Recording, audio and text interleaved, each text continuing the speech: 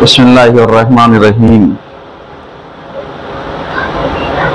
अल्हम्दुलिल्लाहि रब्बिल आलमीन। अस्सलातु वस्सलामु अला अशरफिल अंबिया वल मुरसलीन। अम्मा बाद। आज कौन सा दर्स है? 12वां।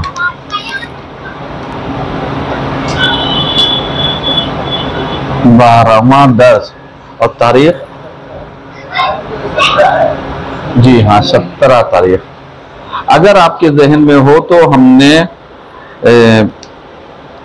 पैगंबर के ज़माने से लेकर के यहाँ तक, ताकि हम उस चीज़ को बयान कर सकें जो होने वाले सवालात के जवाब दें जो तकलीद पर या उसूलियों पर एतराज़ किए जाते हैं।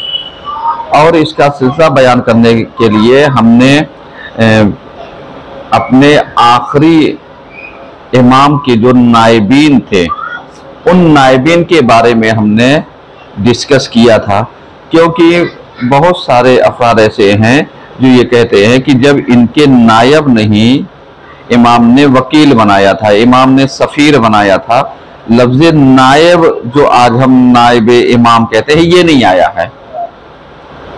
ठीक है, जबकि हकीकत अगर आप तलाशिए तो पैगंबर के ज़माने में जो अहादीसें पाई जाती हैं उलमा के सिलसिले से, वो क्या मिलती हैं?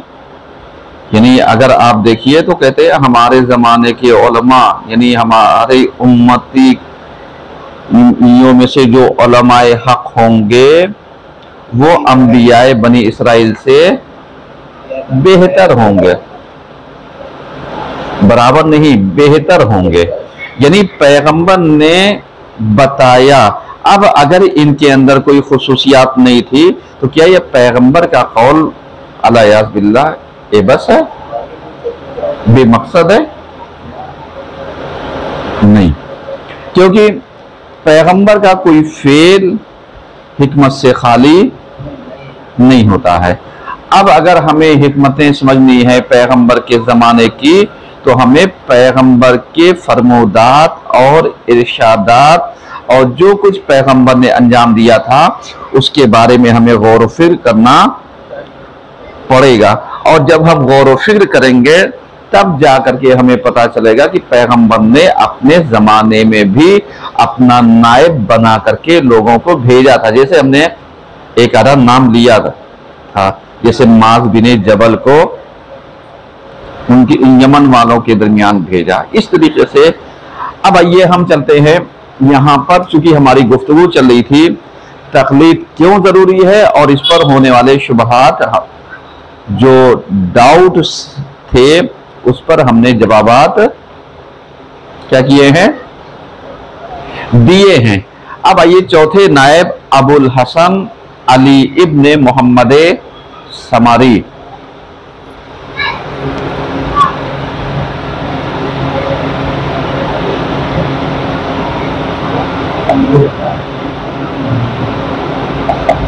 नायबी ने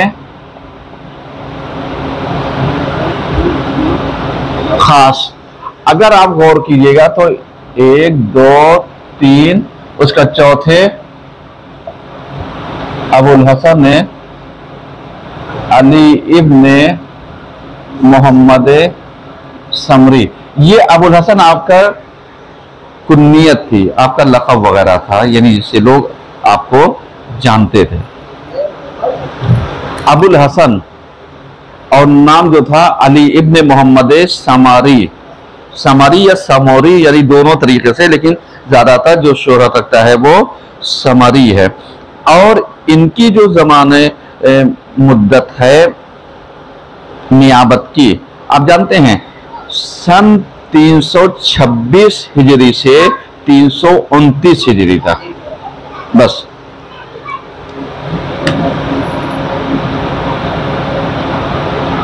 326 से 329 हिजरी इनका जो जमाना था, यानी किस चीज का? नियाबत का, वकालत का, सफीर का। मतलब हम तीन जी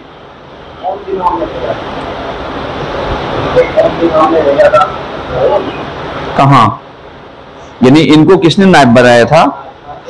यानी अगर आप देखिए तो इनको नायब बनाने वाला कौन था? क्योंकि हाँ, ये तो आखिरी इमाम तो है ही है, इनकी तौक़ी जो है यानी इनका जो मुअय्यन करना हुआ है ये हमारे आखिरी इमाम ने। लेकिन अगर आप तारीख देखिए तो ये इमाम हसन अस्करी अलैहिस्सलाम के असहाब में से थे, ज़हन में रहे।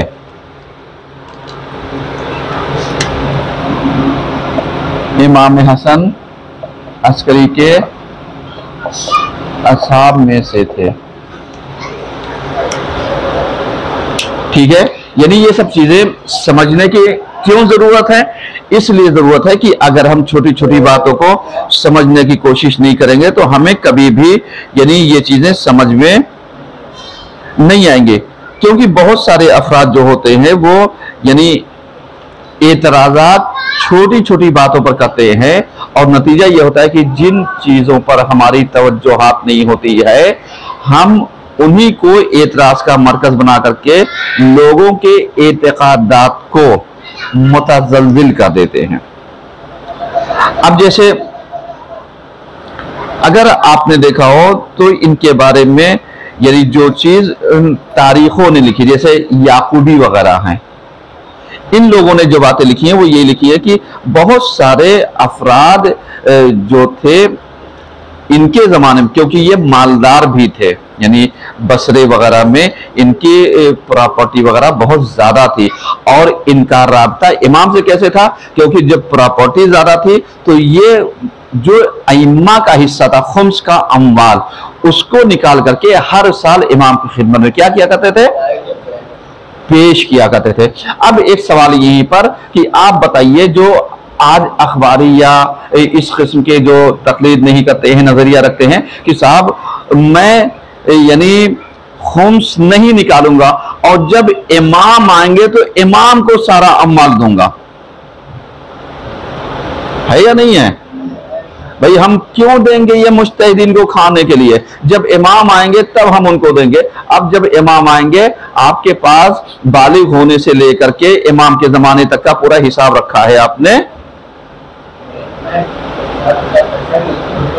आप बताइए जरा सा। तो जब नहीं रखा है तो इमाम को कैसे उनका हक अदा करेंगे?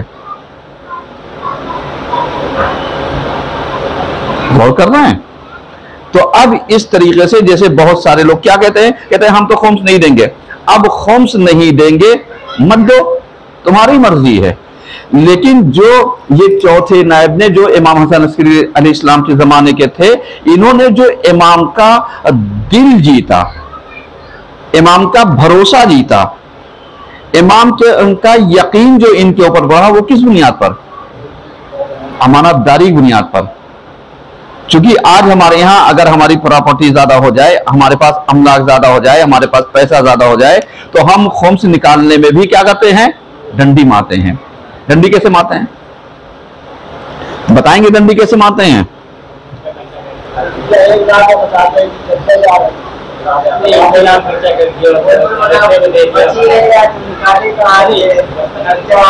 हाँ, नहीं, ये भी रीजन है जो ये बता रहा है कि मतलब इंसान ज्यादातर ये कह रहा है साहब है ही नहीं, निकाले कहां से? भैया सबसे पहला काम जो करना है वो ये करना है कि पहला आप दिन तो मुअय्यन करो, दिन तो मुअय्यन करो जिस दिन आपको खुम्स निकालना है। उस तारीख में आकर के तुम देखो कैश कितना है। हम कहते हैं नहीं है, घर के अंदर गृहस्थी है, आटा दाल चावल ये सब जोड़ करके जो निकलता है या नहीं, ये मतलब पूरा समाप्त हो जाता है। अब जब अगर समाप्त नहीं हुआ है तो इसका मतलब खुम्स निकलेगा ना। तोहफे तहफ यानी जो आपके इस्तेमाल में नहीं आए हैं, नए रखे हुए हैं, उन पे निकलेगा या नहीं निकलेगा? तो इस तरीके से बहुत सारी चीजें निकलेंगी। हम लोग क्या करते हैं? हम लोग ये करते हैं जो पैसे वाले हैं, प्रॉपर्टी वाले, ये धोखा देते हैं। धोखा कैसे देते हैं? धोखा ये देते हैं, कहते हैं साहब आज हमारे घर में पैसा इतना है, ये बताओ बैंक में कितना है, ये बताओ दुकान में कितना है, ये बताओ मकान में कितना है, ये बताओ इस अकाउंट में कितना है, ये बताओ लोगों को जो बांट रखा है जिसके तुम तलबगार हो वो कितना है। हम क्या करते हैं, हम कहते हैं आज के दिन हमारी जेब में ये 100 रुपए बचे थे मौलाना साहब, ये हमने 20 रुपए खम्स निकाल दिया, और जबकि बैंक में हमारे 1 लाख रुपए पड़ा हुआ है, एक बैंक में, दूसरे बैंक में 1.25 लाख पड़ा है, तीसरे बैंक में 10 लाख पड़े हैं, पांचवें बैंक में जो इस तरीके से मालूम दिया, एक दुकान यहाँ चली, दूसरी दुकान वहां चली, चौथी दुकान वहां चल रही है। अब इस तरीके से फिर आइए खेती बाड़ी भी है और क्या क्या इला आखिर, उसके बाद किराया भी आता है, किराए पे मकान भी उठा रखा है और दुकान भी उठा रखा है सब। अब ईमानदारी बताइए कि हमने हिसाब किस चीज का किया, जो उस टाइम मौजूद था, क्या वाकई हमने सही किया? बस जैसे डंडी मारी वैसे ही अल्लाह ने क्या किया, अल्लाह ने आपको निकाला ईमानदारों में से बाहर करके, खुद की प्रॉपर्टी का बेईमान करार दे दिया। कितनी बड़ी बात है कि जो हमने कमाया था हम उसी के बेईमान हो गए।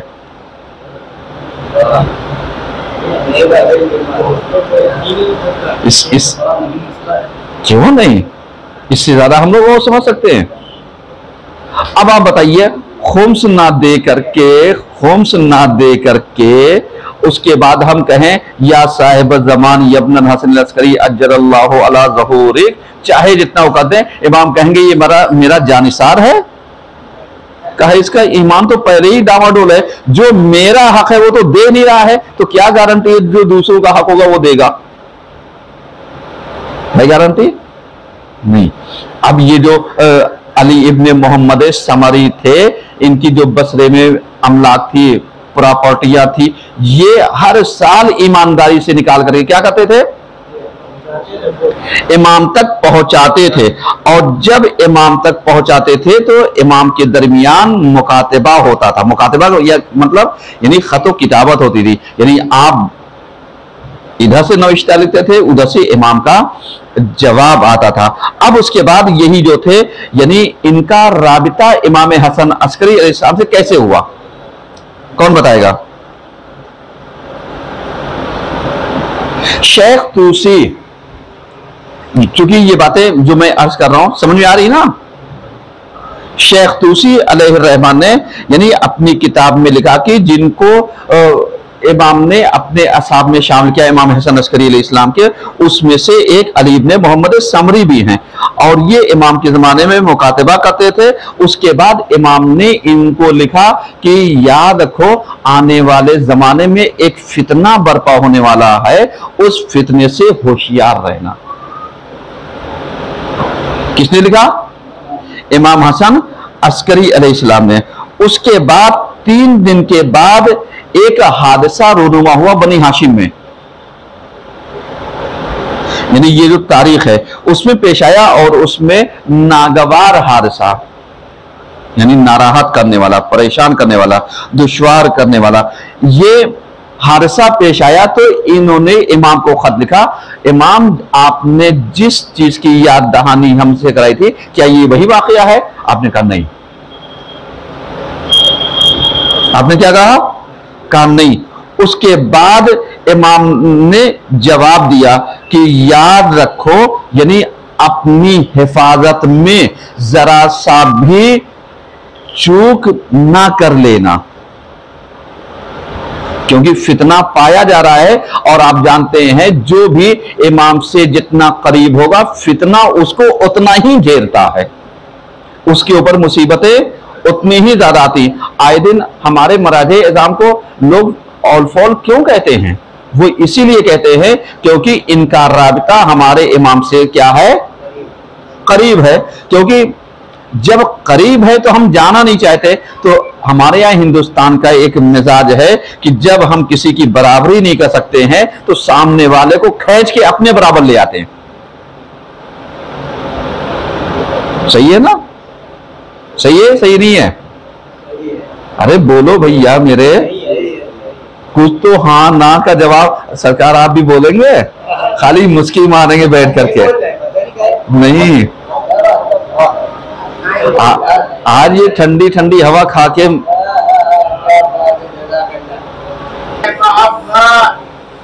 अब उसके बाद यानी जो चीज हम बता रहे थे कि इमाम ने क्या कहा, इमाम ने यही कहा कि तुम अपनी मुहाफिजत करना यानी अपनी हिफाजत करना, वरना फितना तुम्हें घेर लेगा।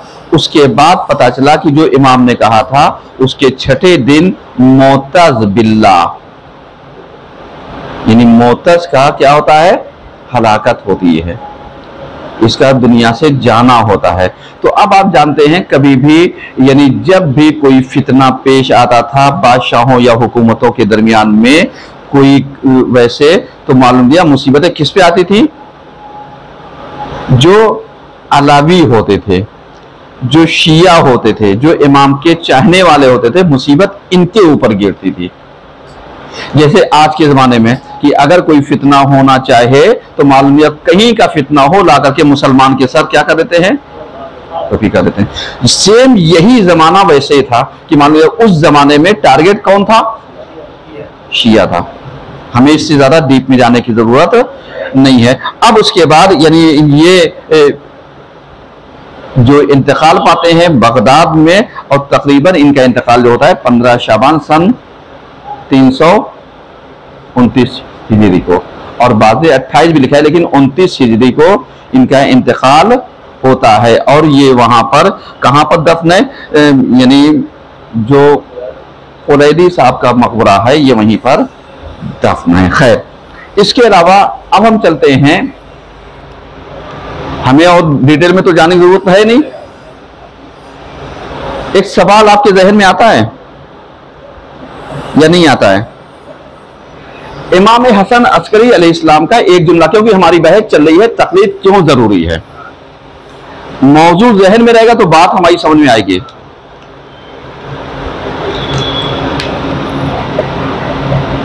इमाम हसन अस्करी अलैहिस्सलाम का जुमला जिसमें आपने ये कहा था फलिल अवामे अन युक़ल्लिदू हो, सही है?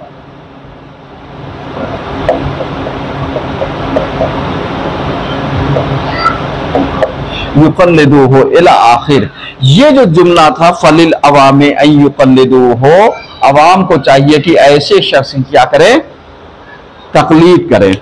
आज बहुत सारे लोग एतराज करते साहब हम क्यों करेंगे। आपको याद होगा कि एक हदीस और भी, अभी हम इसकी तरफ चलते हैं, इमाम ज़माना अलैहिस्सलाम की तौक़ी के मौके पर, तौक़ी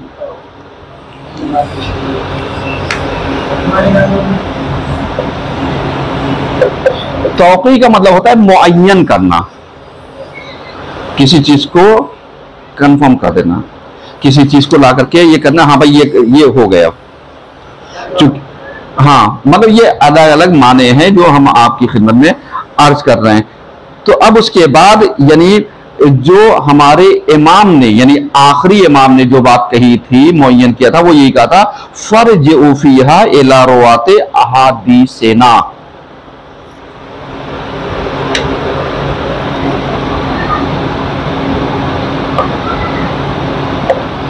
फरजिउ फीहा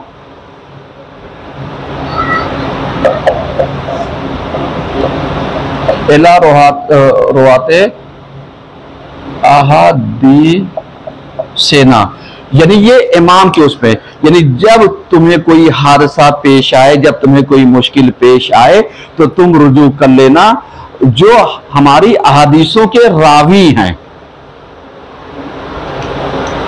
समझिएगा,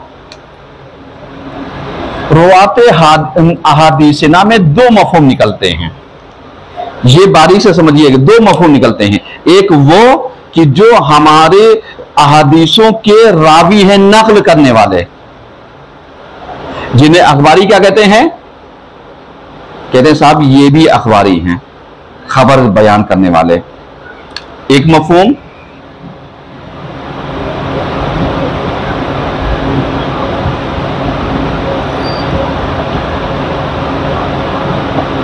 रावियों के जरिए अहादीस, एक ये कहा साहब जो रिवायतें हम तक आई हैं हम उस पर अमल कर लेंगे। इसी चीज को उन्होंने क्या किया है, अखबारियों ने पकड़ लिया है, पकड़ लिया है इसी चीज को। अब दूसरा मफहूम क्या निकलता है? दूसरा मफहूम ये निकलता है रवातो अहादीसना, यानी जो हमारी अहादीसों के रावी हैं। रावी कौन हुआ? फकीह हैं।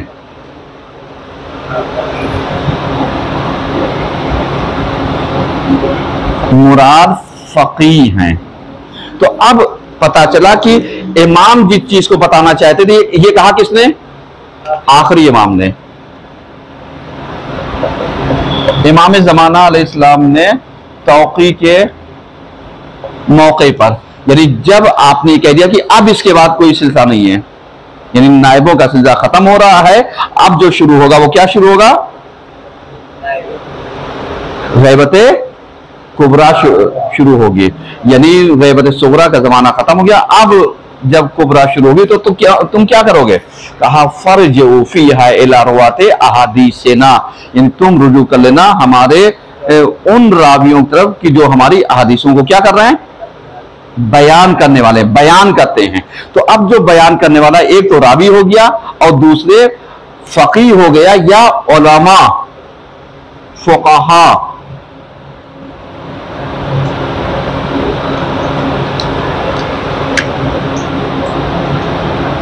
उलमा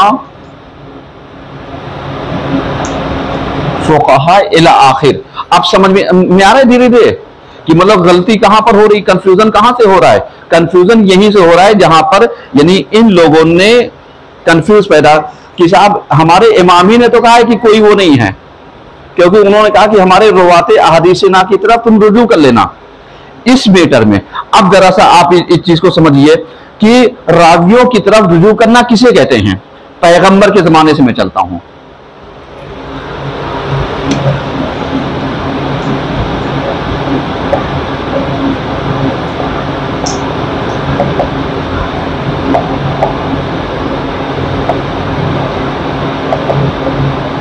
किसे कहते हैं? पैगंबर, रावियों की तरफ रुजू करना किसे कहते हैं? जमाने पैगंबर में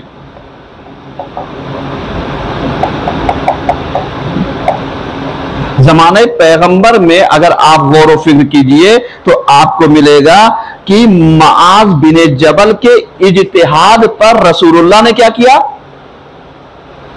मुहर लगाई।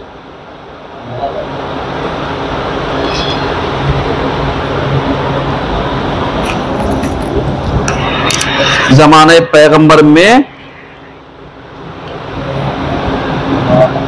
मुआज बिन जबल पर इज्तिहाद की मुहर पैगंबर ने लगाई। अब आप जानते हैं ये जो अखबारी हैं ये एतराज क्या करते हैं? कहते हैं ये इज्तिहाद आज की पैदावार है।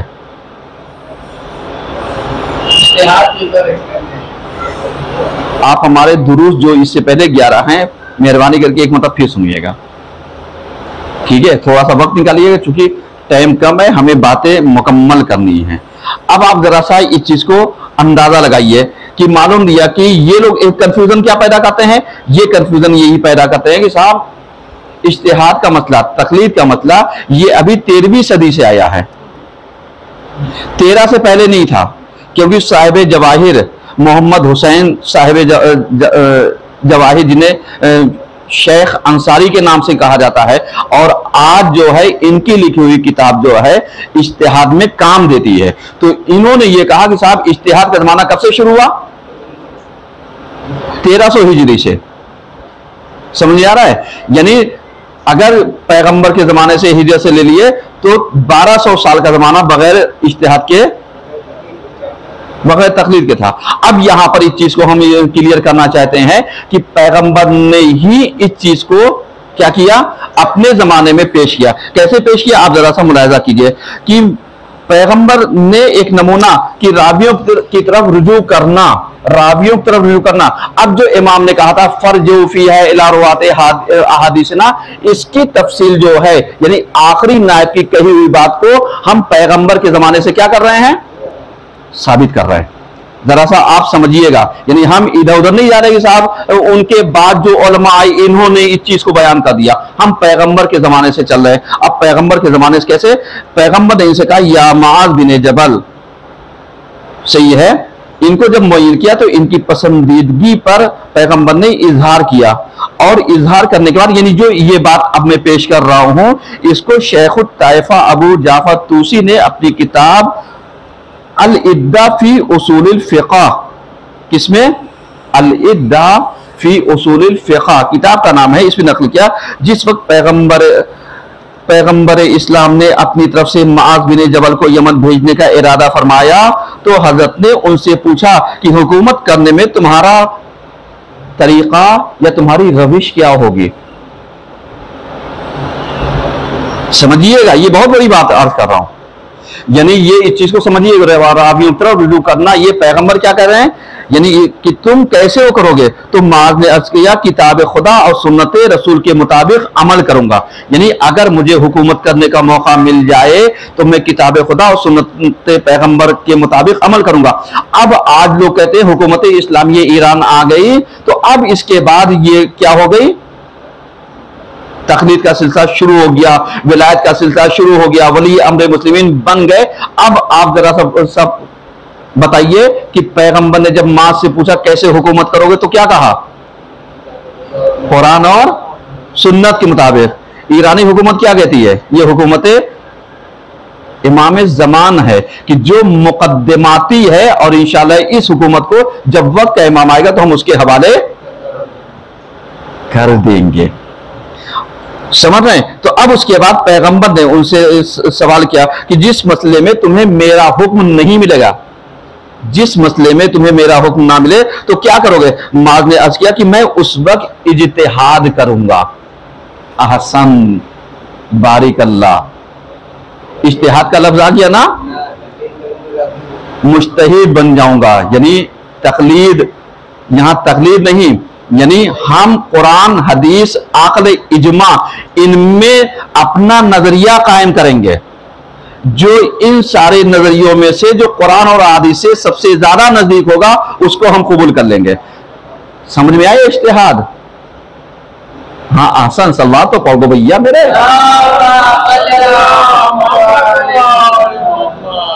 और उसके बाद ये कहते हैं कि इंतहाई कोशिश करूंगा कि मेरा फैसला जो है वो अहकाम खुदा के मुताबिक हो। ये सुनकर हजरत ने मुआज़ की तारीफ की और उनकी तस्दीक फरमाई। आसान, बारिक अल्लाह, सही है ना? सही है ना? तो अब ये रावियों को रुजू करना, मुआज़ बिन जबल के इज्तिहाद के ऊपर मोहर किसने लगाई? पैगंबर ने।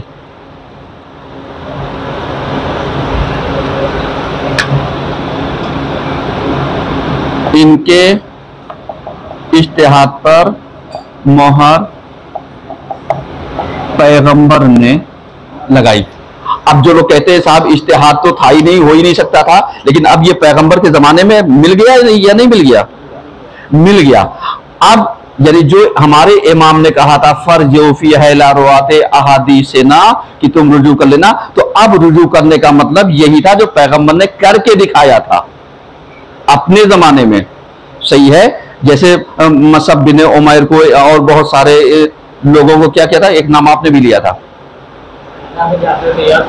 हाँ, जनाब जाफर तैयार को हबशा में भेजा था। तो इस तरीके से अब आप बताइए, तो पैगंबर ने नुमाइंदा बनाया था नहीं बनाया था? और माँ से पूछ करके लफ्ज इज्तिहाद को तो क्लियर कर दिया। सही है? अब यहां पर एक सवाल, चूंकि हमारा टाइम होने को आ रहा है 30 मिनट, अब जरा सा आप अंदाजा लगाइए कि क्या वजह हुई कि लोग इज्तिहाद से भटक गए। सवाल यह है, इंशाल्लाह इसके ऊपर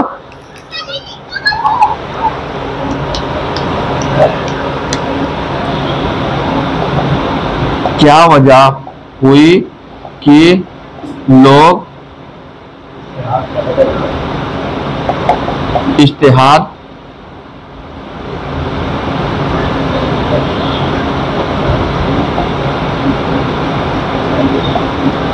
से भटक गए? इसका जवाब क्या होगा? जवाब इंशाअल्लाह कल। सलवात पढ़िए सब मिलकर के।